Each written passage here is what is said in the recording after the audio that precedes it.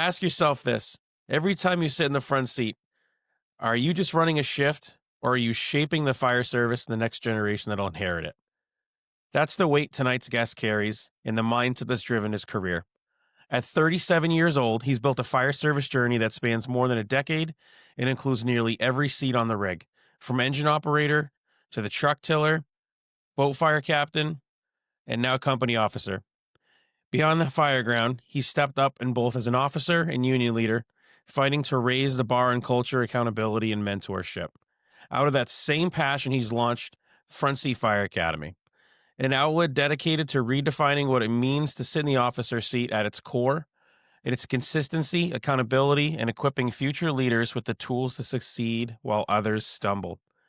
He holds certifications in Fire 1 and 2, Certified Fire Officer, and part of a burn cadre, and is currently working toward his United States Coast Guard license.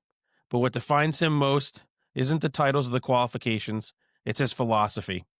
Leadership isn't about perfection, it's about showing up the same way every single day. Off the job, he's a husband and a father of 2 kids, which he calls the most rewarding challenge of his life.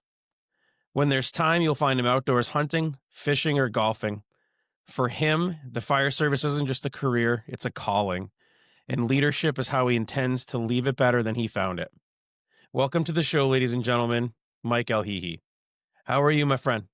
That was one hell of a segue to start this thing. Oh, I, I I, was I appreciate it. Um, humbled by your words.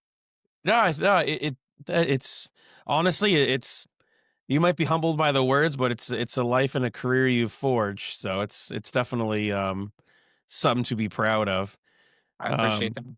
yeah, for our listeners, let's kind of get right to it. You've sat in every seat, from the tiller to the boat, and now a captain.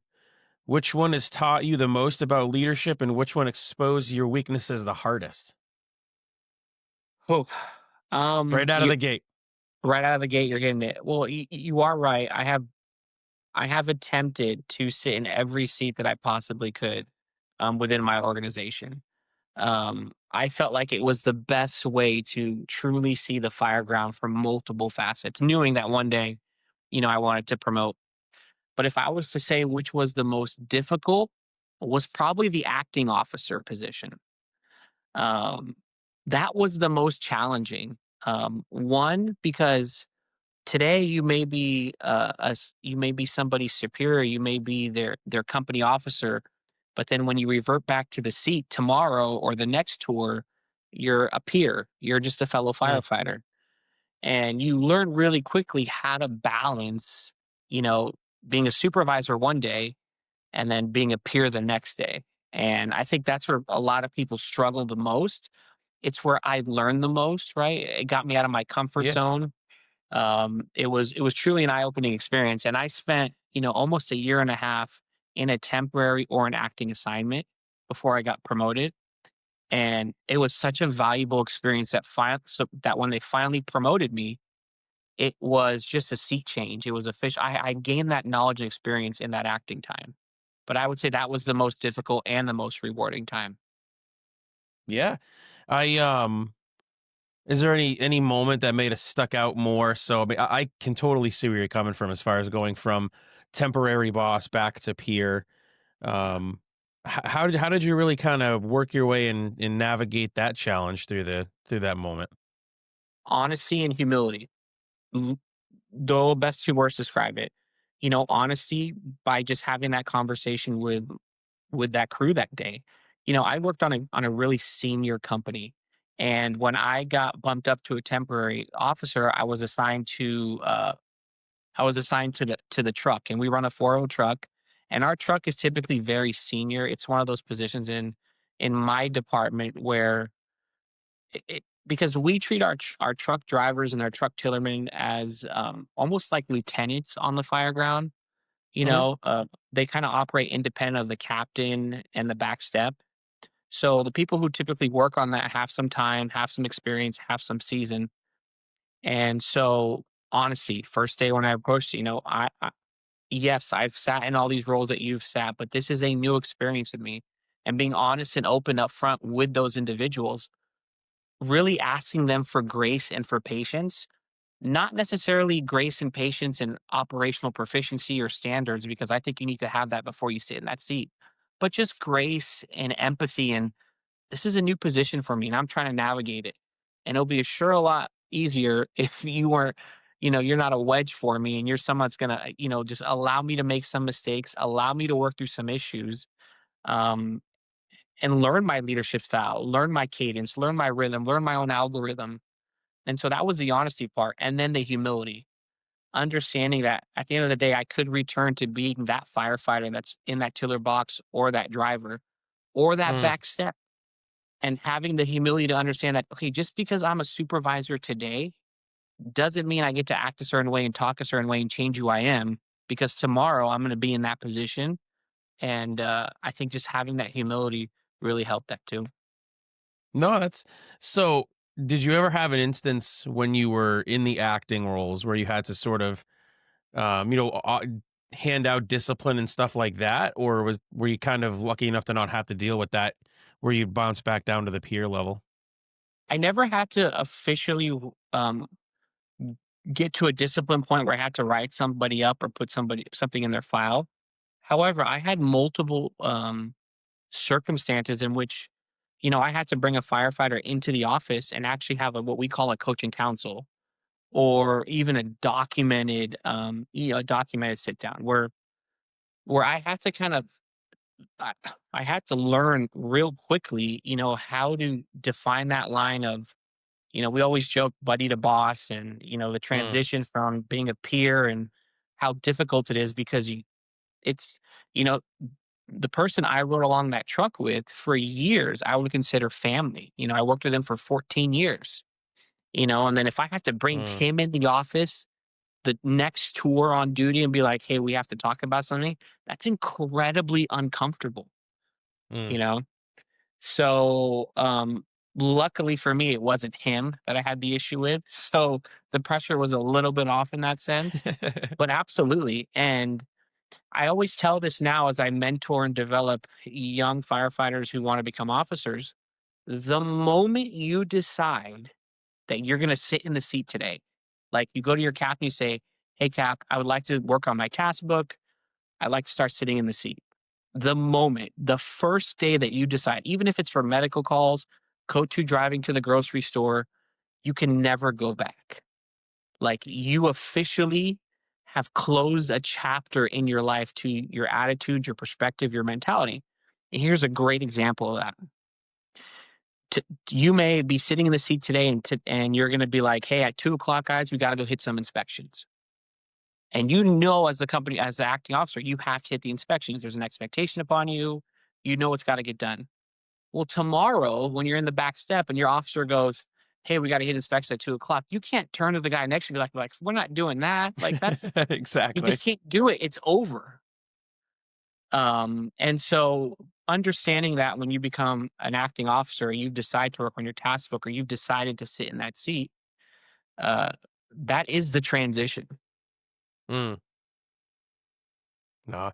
Does where you're at now, in your experience, are you able, so if somebody is, working on their task book and has made the obvious, statement that hey, I want to work on moving up, is the potential there for them to sit in the seat even if the officer is still actually on shift, or do they have to, so kind of like so what we'll do in my location is we can actually have the junior sit in the seat, and the officer will actually shadow them, for that, either the shift or the call or stuff like that, to kind of help get them a little bit more mentorship, for the calls and stuff. Are you guys structured enough to be able to do that, or is it more of a, you have to kind of wait for the opportunities to present with the officer being out for the day? Yeah. So fortunately for us, when you open up a task book, your entire task book actually has to be with a company officer on your. It doesn't have to be your Oh, company cool. officer.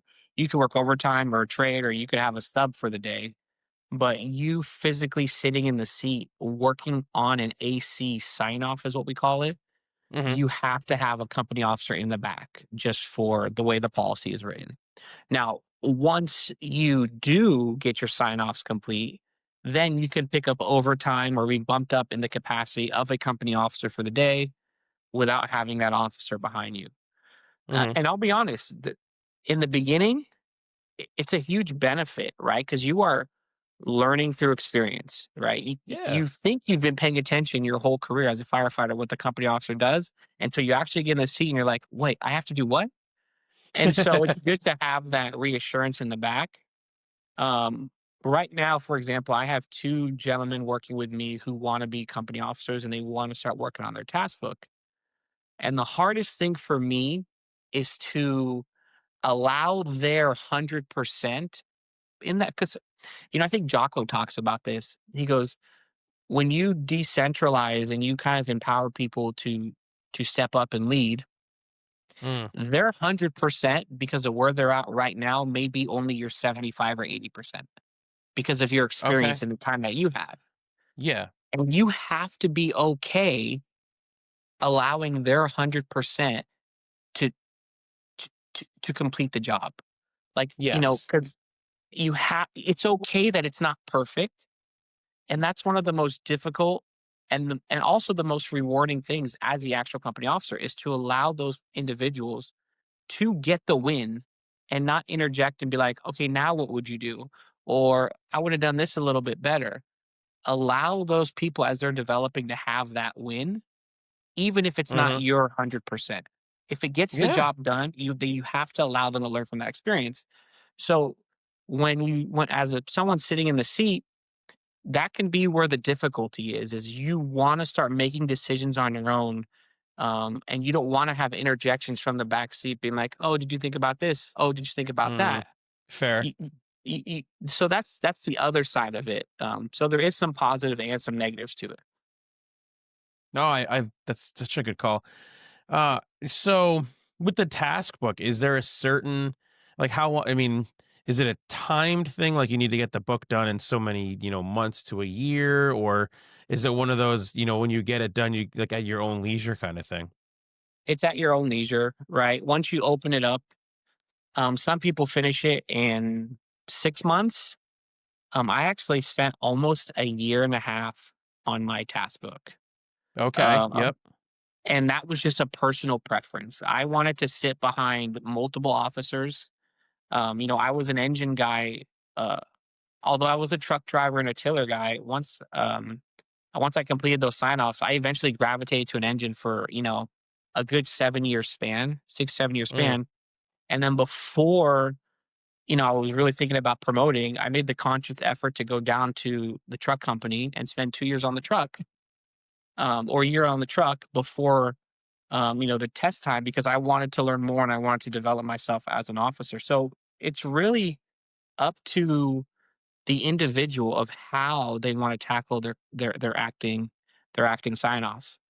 But I will mm, say the benefit of spending some time in it, not just going for the sign-offs, but understanding the reasoning and the why and really developing each sign-off into like a personal project and a personal experience and a personal like class.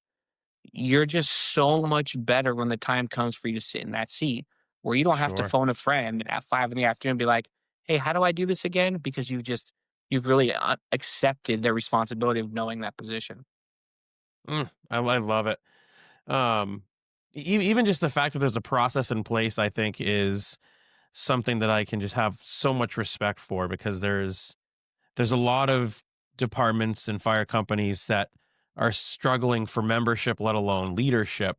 It's basically, if you have a pulse and the desire to be there, you can walk into leadership positions sometimes, and it's not necessarily always a good thing. Yeah. Um, no, so of all the seats and positions you've held, non-leadership ones, um, what one do you think prepared you the most for being a leader before you actually made that big step? Truck driver.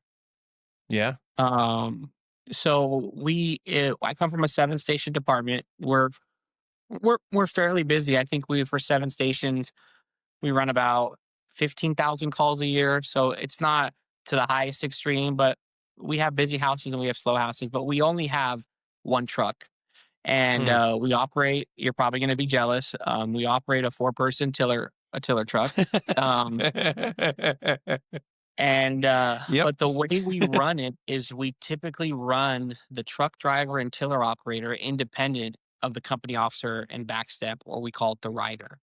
So when we Okay. go to a working fire, uh, our standard really SOP for a single family a single family residential structure fire that's working is we'll split the company. Mm. Um, you know, and so the truck driver and tiller operator, if they're going the roof, will establish roof division, right? We don't need a company officer to establish that division, nor a battalion chief. We kind of pseudo promote the truck driver and tiller operator to like a lieutenant's position because we don't Sure. have them Yep. in our organization, but we give them the responsibility to act independently of Mm. the officer and make decisions on the fireground independent of the officer. They'll make up outside team, they'll make up roof division. So having some time in that role, man, you really learn yourself and you learn the job Uh, and you learn a little bit about leadership, you learn a little bit about tactics, and it's a great introduction. And I see it today in my organizations. I mean, if you look at the people who we've promoted, traditionally, they've spent some time on the truck as a tiller operator and a truck driver. It's just an easy segue to the company mm. officer position. And people who don't, there is some struggle. Not only not knowing truck operations, but there is a struggle to kind of find your seat because you haven't experienced that yet. Yeah. Yeah. No, no, I love it. I know we've talked a lot offline and stuff, and you've kind of made the comment a few times about how leadership is loud for a lot of people. Um, but there's strength in in being a little a little quieter and stuff like that. And I find it very prophetic, and I couldn't agree more. Um, but for our listeners, I mean, do you want to kind of unpack that and kind of give your viewpoint on how leadership doesn't always have to be, the loudest, bugle in the room, so to speak. Right. You know, every organization, I think, has this individual that you could, if you're sitting here and you're listening to this podcast, and I tell you, name me the loudest fire captain or company officer in your organization. And I'm willing to bet that they may not be the best company officer in the organization. I have humble beginnings. I have a humble background. Um, I didn't know a lot about the fire service before I got into the fire service. I mean, full Mm, disclosure for all your listeners, I wasn't that kid that knew I wanted to be a firefighter since I was a young boy. I was actually pre med. Um, and during college, I decided to transition to EMS. And when I was, 20 years old, I made a decision and that was it. So I had humble beginnings from the academy and I humbled myself in every position because I had so much to learn. mm, And now that I'm a company officer, I still have so much to learn. I may be confident and competent in the fire ground, but with leadership and mentorship, I've learned being the last person to speak has always brought me good fortune. mm. Because I think if you're the last person to speak in an audience, that means you're the first person that's actually listening with the intent of listening. And I think that's Okay. so crucial for company officers um, to not just say you're going to listen. It's not, hey, what do you want? You know what? I love this line.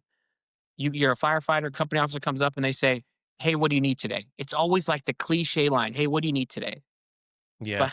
But how many of those officers are asking that question with the intent of truly listening and just Mm, to listen? And so I believe that being the loudest in the room gives you no benefit, right? It's just like at the poker table, right? I don't know how many people play poker, but it's the person that's always successful is the one that sits at the table and doesn't play a hand for 30 or 40 minutes and just watches and learns his opponents. It's same mhm. as a company officer. The most successful officers are the ones that don't come in guns blazing, kicking down doors. This is what I'm going to do. This is my expectation of you. Take a second, learn about your crew, watch your crew, listen to your crew, gain an understanding of what their needs are, and then develop your leadership around them. I think that's what breeds success. Yeah. I mean, and I think it takes a certain level of consistency too. Yeah. And without that consistency, you can kind of start dealing with, chaos and burnout and stuff like that. Um, how do you, as if from a leadership standpoint, for those of us that might be struggling, from it, that are listening and whatnot, how do you work on keeping, the standard when, everybody's sort of when I don't want to say when they drop theirs, but if they're struggling to maintain the standard because of burnout and nonsense from the leadership above and all that stuff. Right. That's a real tough one. For me, I came from an organization, or I come from an organization where we dealt with Mandos in the paramedic rank. That was, Mm, I mean, it was our own pandemic, within our organization. We went from a really, really unhealthy place where people were being mandoed. I think in a month, in a 7 station department, I think we were over 200 mandos, for 24-hour shifts. So it was heavy. It was heavy in the paramedic rank because the mm, paramedic rank operates independently. There was no actors to help them. There was less yeah. staff, and especially post COVID, we weren't putting anybody in paramedic school. So I dealt specifically with that burnout, and especially being the union president of my association. You kind of deal with the emotional side, the soft skill side, the hey, I need to talk to you about something, as well as the operational fatigue and burnout. So I kind of got it from both sides, and it drove me nuts because I had no idea what to say to these individuals at first. And Sure. because it's like when you go to somebody with bad news and they immediately hit you with positivity. You're like, I don't want to hear that right now. Like, I don't want to hear positivity. That's not what I want. But at the same time, you don't want to just be a venting post and let them vent, because then there's no solution. And so I started reading and reading and reading. And there's this author named Simon Sinek. He writes a lot of books. I have a bunch here. Leaders Eat Last, Know Your Why, The Infinite Game. And he said something profound. He said, good leadership is understanding when there is a bad situation to not respond with positivity, but to respond with optimism, right? Because positivity is make believe. It's saying, Sure. "Hey, your problems aren't really real. It's going to be okay. Don't worry about it." And that's the last thing actually people want to hear. But optimism is the key.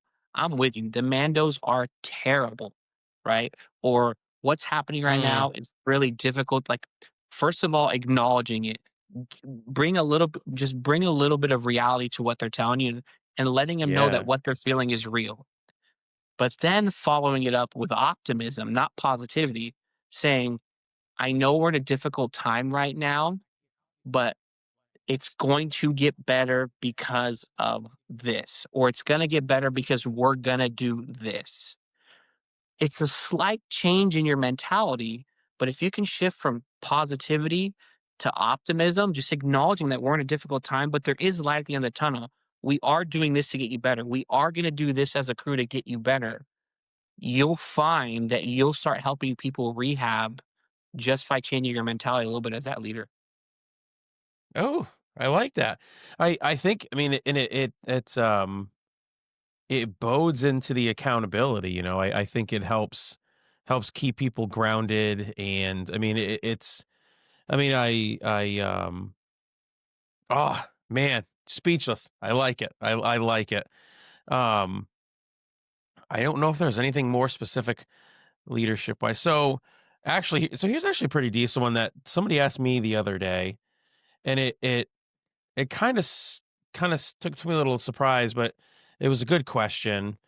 Um, to the effect of, the last leadership decision that you had to make that sort of made you, not that you disagreed with the decision you had to make, but one that sort of didn't sit well, but you knew you had to do it because it was for the greater good of the mission. Oh man, that's a tough one.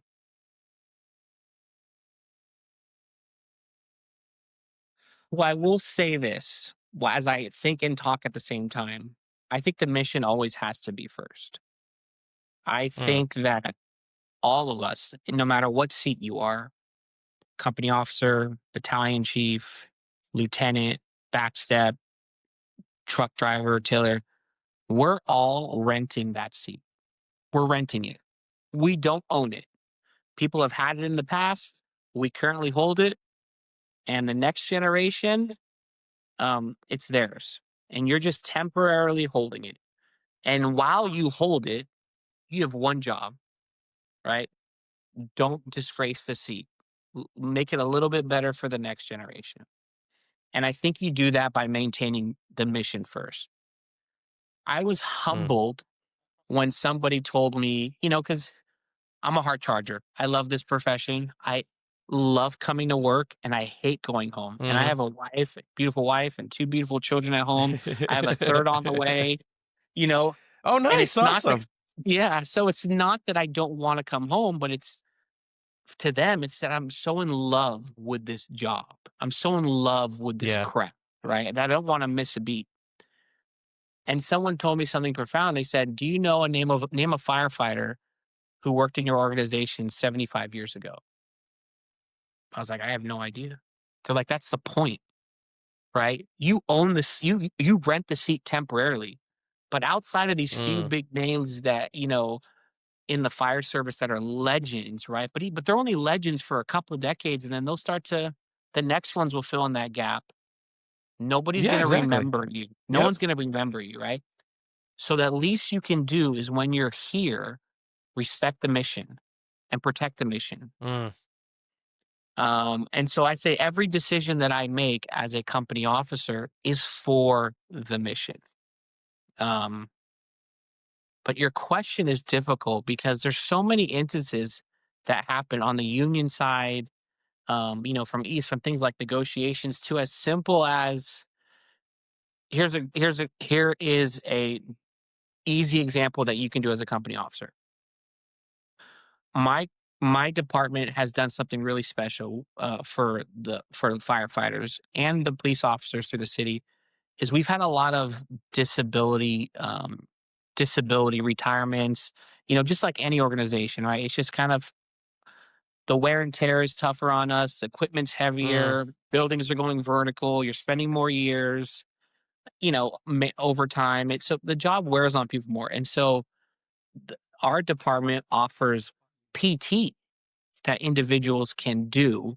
They have somebody come in and they offer PT and it's a simple fact that my crew knows that although we're participating in these extracurricular activities, that we're going to remain in service. We're not going to go out of service and let someone cover our yep, district. yep. Because I bet you if the tones go off and it's a structure fire, they're not going to say, hey, we're not going to go. We'll just let the other people get it, right? But what's the Yeah. difference in the medical aid or the public assist or the sheared hydrant, right? And we have that ethos for everything we do. We stay in district, we cover our district. And sometimes firefighters don't like to hear that. They got to run an errand across town. Hey, can I go run and pick up this from the uniform shop? Sorry. Who's covering our district, right? So they don't Yeah. have to be No, it's big true. grand decisions or that, are just grandeur Oh, in sure. No. statute. It's the simple things. It's the simple things that makes you uphold, the expectations that you bring forth of protecting the mission. All right, guys, it's time to pull it back and take a part check. Tonight we met and learned who Mike Elhihi is, how he got into the fire service, what keeps him passionate, and what really makes him go forward. In part two of our conversation, you can follow over where we talk about the Front Seat Academy, why he created it, and the reason it exists today. If anything in today's episode hit, please make sure that you share it. Please make sure you're giving our guest a share on his platforms as well under the Front Seat Academy. As always, lead with passion, serve with humility, and leave no room for bottom feeders. Until next time, guys, stay safe.